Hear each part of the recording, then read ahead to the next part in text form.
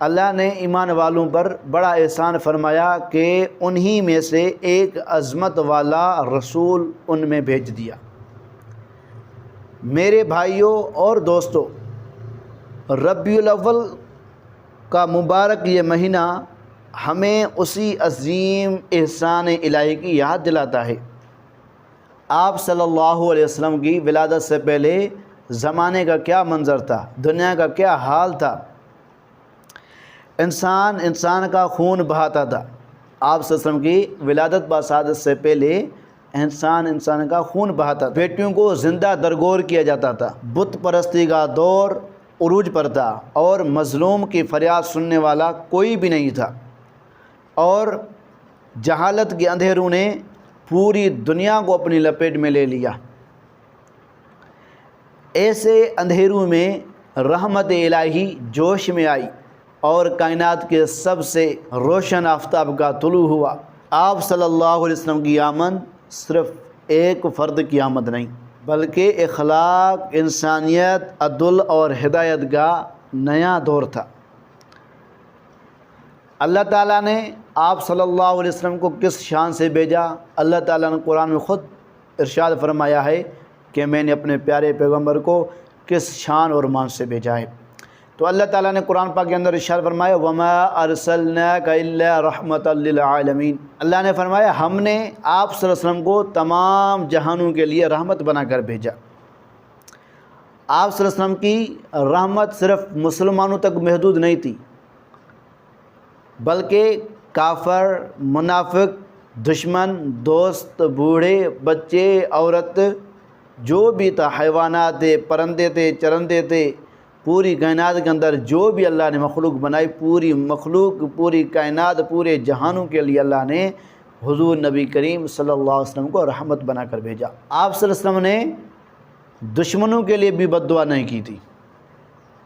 آپ اپنوں کے لیے بھی رحمت تھے تو دشمنوں کے لیے رحمت تھے۔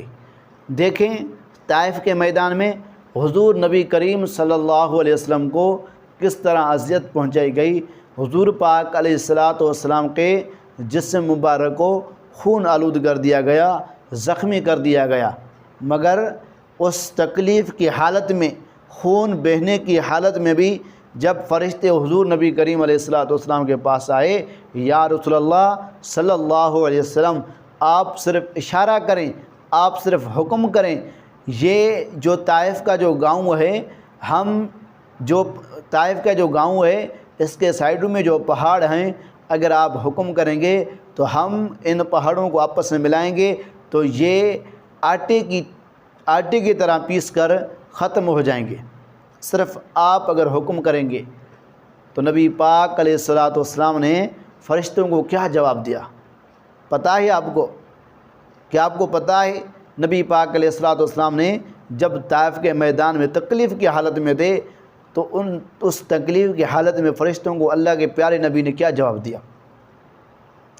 اللہ کے پیارے نبی حضرت محمد مصطفیٰ صلی اللہ علیہ وسلم نے ارشاد فرمایا کہ میں اس لیے نہیں آیا کہ بد دعائیں کرتا رہوں اور اپنے ہی لوگوں کو بد دعائیں دے کر ختم کروں، بلکہ میں تو ہدایت کے لیے آیا ہوں، میں تو رحمت بن کر آیا ہوں۔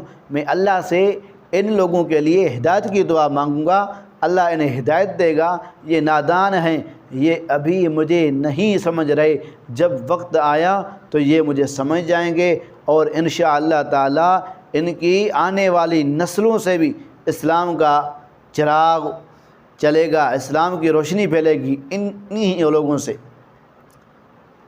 تو حضور نبی کریم علیہ السلام کی اس دعا کا اثر آپ آج بھی طائف میں جا کر دیکھ سکتے ہیں کہ حضور کی زندگی مبارک میں ہی طائف کے لوگوں نے اسلام قبول کر لیا، کلمہ پڑھ کر مسلمان ہوئے، اور آج تک بلکہ قیامت تک طائف میں مسلمان ہی مسلمان رہیں گے، اور مسلمان نسل در نسل پیدا ہوتے رہیں گے۔ تو یہ کیا ہے؟ یہ حضور نبی کریم علیہ السلام کی دعاؤں کا اثر ہے۔ یہ حضور نبی پاک علیہ السلام کی رحمت کا سایہ تھا طائف کے میدان میں، جو وہ دعا کا اثر، اس رحمت کا سایہ اب تک اس طائف کے شہر میں چل رہا ہے۔ اس لیے اللہ نے فرمایا وما ارسلناک الا رحمۃ للعالمین، میں نے اپنے پیارے پیغمبر حضرت محمد مصطفیٰ صلی اللہ علیہ وسلم کو جو ہے نا رحمت بنا کر بھیجا ہے تمام جہانوں کے لیے۔